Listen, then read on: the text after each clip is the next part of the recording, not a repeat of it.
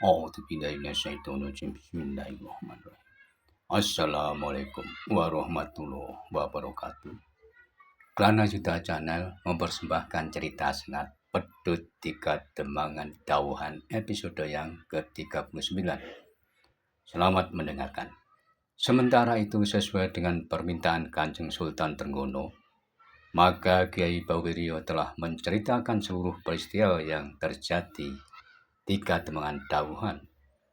Dengan cukup berhati-hati, Kiai Bawiryo memberikan keterangannya berdasarkan pada urutan peristiwanya hingga sampai pada perkembangan terakhir yang saat ini terjadi di Kademangan Dauhan.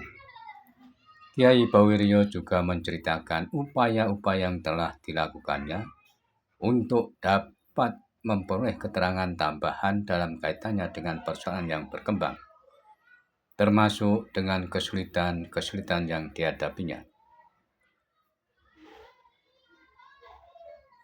Termasuk diantaranya keterangan yang terkait dengan sikap dari Kademangan Dauhan serta pandangan dari kebanyakan penghuni Kademangan dalam menanggapi persoalan yang ada.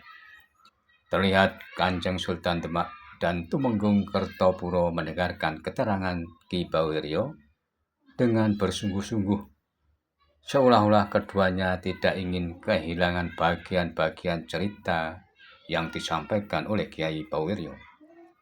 Sekali-sekali terlihat keduanya mengangguk-anggukkan kepalanya. Namun terkadang keduanya terlihat mengerutkan dahinya ketika mendengar bagian cerita yang dianggapnya tidak teruraikan dengan jelas. Meskipun demikian, Kanjeng Sultan Demak Bintoro maupun Tumenggung Kertopuro hanya terdiam dan tidak ingin memotong keterangan yang sedang disampaikan oleh Kiai Bawiryo. Demikianlah akhirnya setelah Kiai Bawiryo menyelesaikan seluruh keterangannya, Sultan Trenggono dan Tumenggung Kertopuro masih terdiam dalam keadaannya. Keduanya nampak sedang mencoba menguraikan keadaan berdasarkan dari keterangan yang baru saja disampaikan oleh Kiai Bawiryo. Baru beberapa saat kemudian terdengar Sultan Trenggono berkata, "Sebelum aku menanggapi keterangan yang telah Kiai sampaikan, bagaimana pendapat Kiai sendiri dengan keadaan yang terjadi di Kademangan itu? Maksudku adalah kemungkinan apakah yang sedang direncanakan oleh paman dan kemenakannya itu." "Maaf Kanjeng Sultan, barangkali pendapat hamba keliru," jawab Kiai Bawiryo.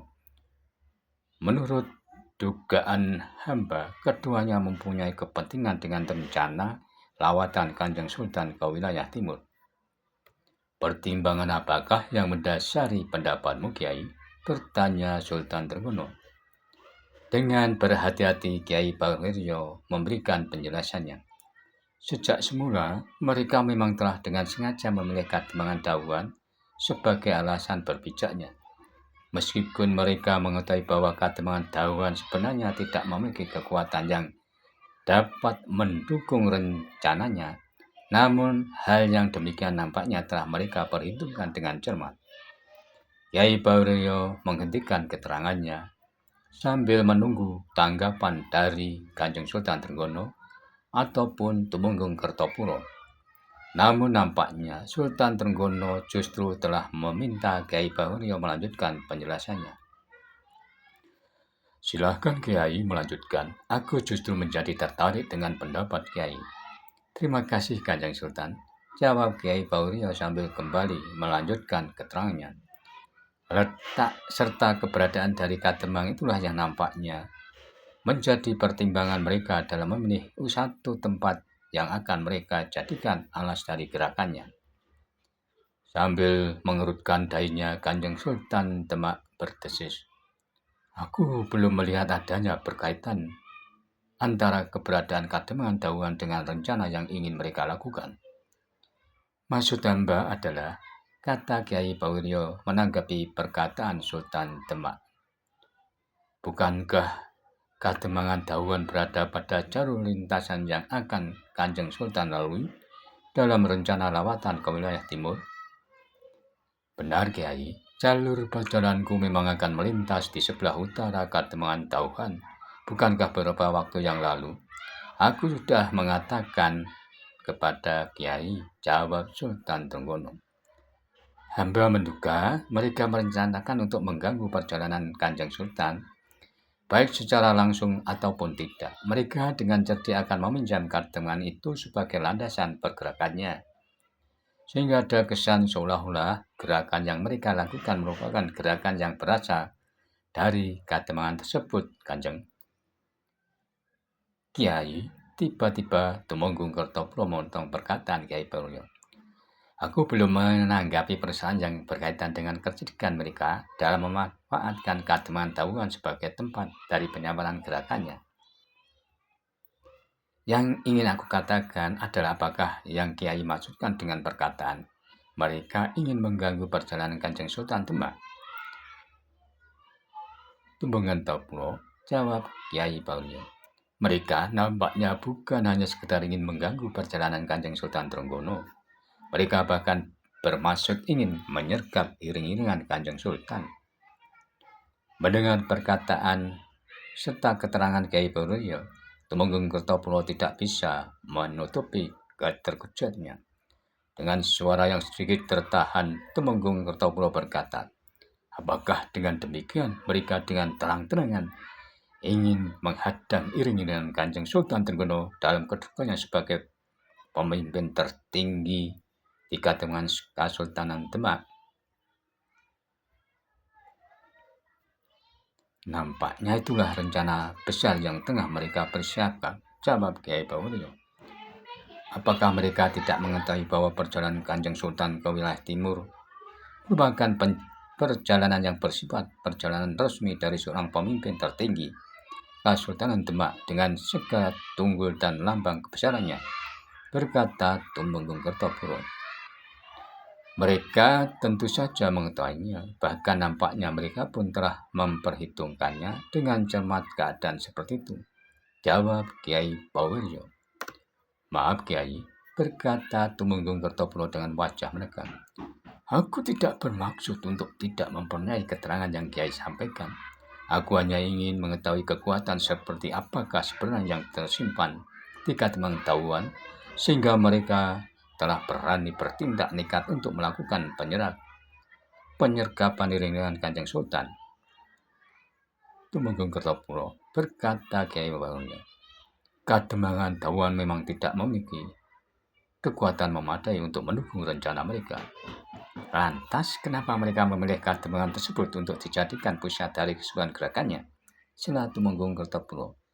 Ada beberapa hal yang menjadi pertimbangan mereka memilih Kademangan Tauhan, jawab Kiai Bawono. Seperti yang telah kukatakan, Kademangan Tauhan adalah tempat yang paling memungkinkan untuk mendukung rencana mereka. Letaknya sangat strategis dan berada tidak jauh dari jalur lintasan yang akan dilalui iring-iringan Kanjeng Sultan Trenggono. Dan tentu saja masih ada alasan lainnya yang menjadi pertimbangan mereka. Kiai Bawono saat berhenti berkata. Lalu setelah membetulkan letak duduknya, Kiai Bawono melanjutkan kembali perkataannya. Meskipun masih ada sedikit keterangan yang berhasil aku dapatkan, namun aku sempat mendengar kabar bahwa ada kekuatan besar yang menjadi penumpang dari gerakan mereka, jawab Kiai Bawono melengkapi keterangannya. Tumenggung Kertopuro nampaknya masih belum puas dengan keterangan Kiai Bawono, sehingga ia bermaksud untuk menanyakan lebih lanjut. Namun, keinginan tersebut diurungkannya karena Kanjeng Sultan Demak justru telah berkata untuk memberi tanggapannya. Oleh sebab itulah, mereka telah memilih Kademangan Tauhan untuk dijadikan alas dalam mempersiapkan seluruh rencananya. Bahkan mereka melakukan jauh sebelum aku melakukan rencana lawatanku.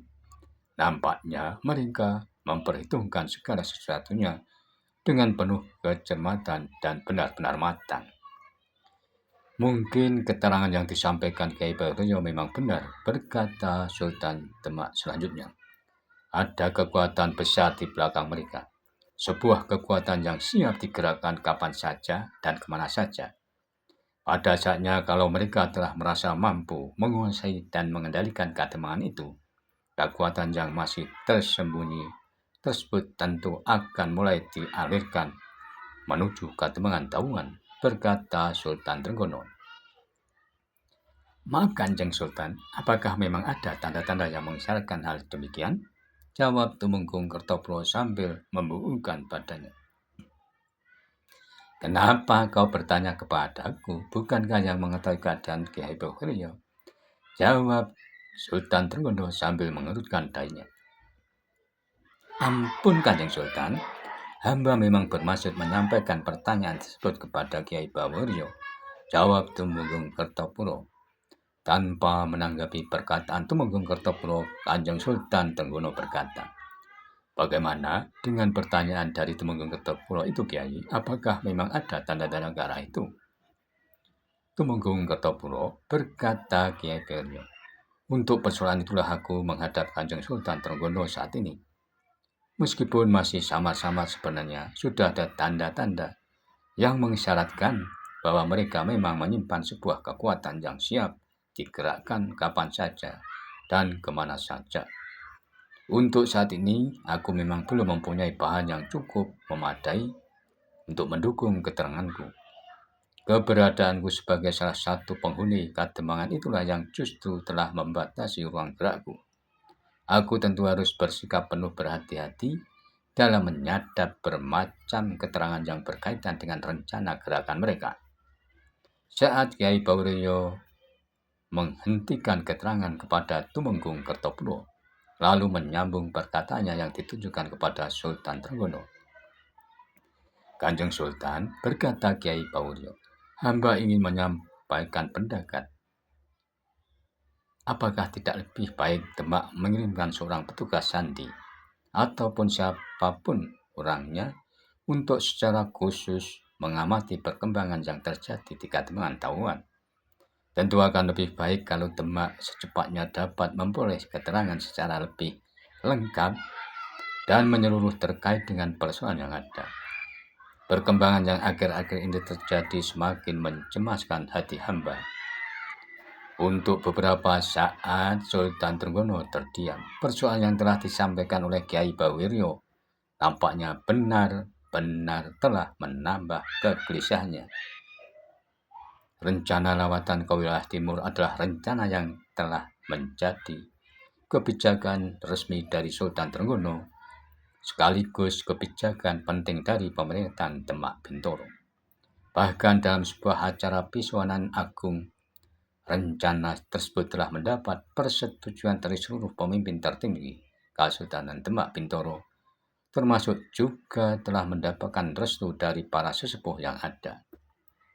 Bagi Demak Bintoro, gejolak yang terjadi di beberapa wilayah di daerah timur dianggap sebagai salah satu gerakan yang berupaya untuk mengingkari kekuasaan Demak Bintoro yang secara sah diakui keberadaannya sebagai sebuah pemerintahan dengan seluruh cakupan wilayahnya.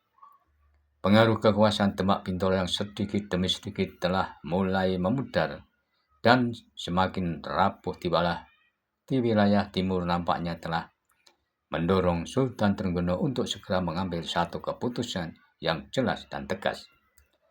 Bahkan kalau dianggap perlu, pemerintahan Demak Bintoro nampaknya tidak akan segan untuk melakukan tindakan yang keras dan tegas agar Demak tidak benar-benar kehilangan seluruh pengaruhnya di wilayah timur.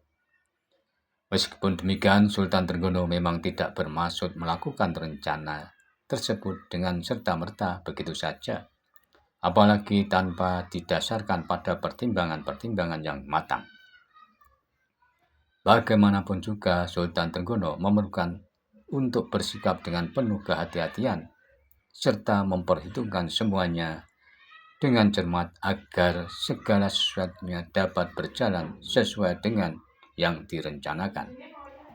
Sebagai langkah awal dari rencana lawatannya ke wilayah timur, Sultan Demak Bintoro bahkan merasa perlu untuk melakukan upaya penjajakan terlebih dulu. Pemerintahan Demak Bintoro memulainya dengan mengirimkan utusannya secara resmi dalam upaya merintis jalan serta melakukan upaya-upaya pembicaraan serta upaya pendekatan lainnya. Untuk memberikan isyarat dan tekanan atas kesungguhan rencana tersebut, Sultan Trenggono bahkan merasa perlu menyertakan sepasukan prajurit dalam jumlah segelar sekepapan dengan segala pertanda dan panji-panji kebesaran Demak Bintoro.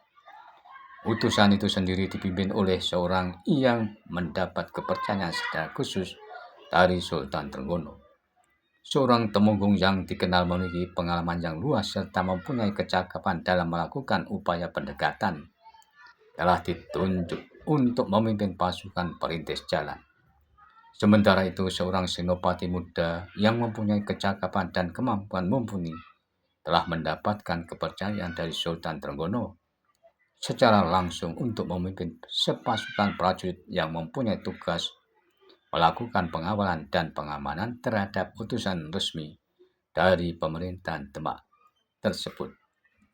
Selain melakukan upaya penjajakan sekaligus pembuka jalan utusan itu sendiri, ternyata juga telah dibekali wewenang secara khusus dari Sultan Trenggono. Sebuah wewenang yang mempunyai derajat paling tinggi dalam mengemban perintah dari Sultan Trenggono dalam kedudukannya sebagai penguasa tertinggi Kesultanan Demak.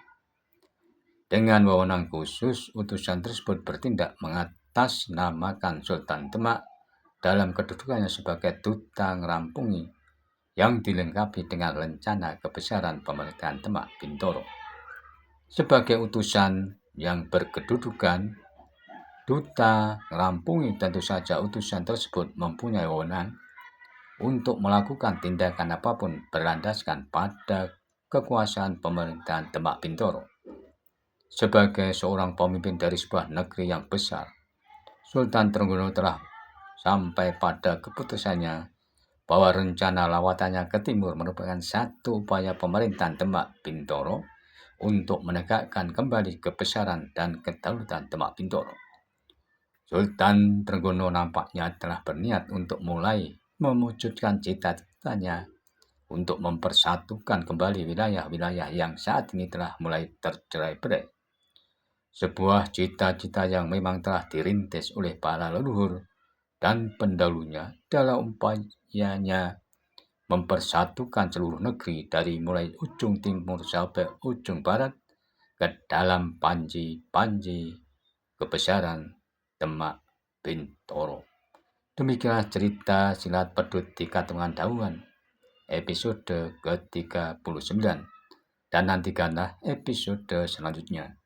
Namun bila mana ada yang berkenan, subscribe, like, serta berkomentar, dipersilahkan. Terima kasih, sampai jumpa.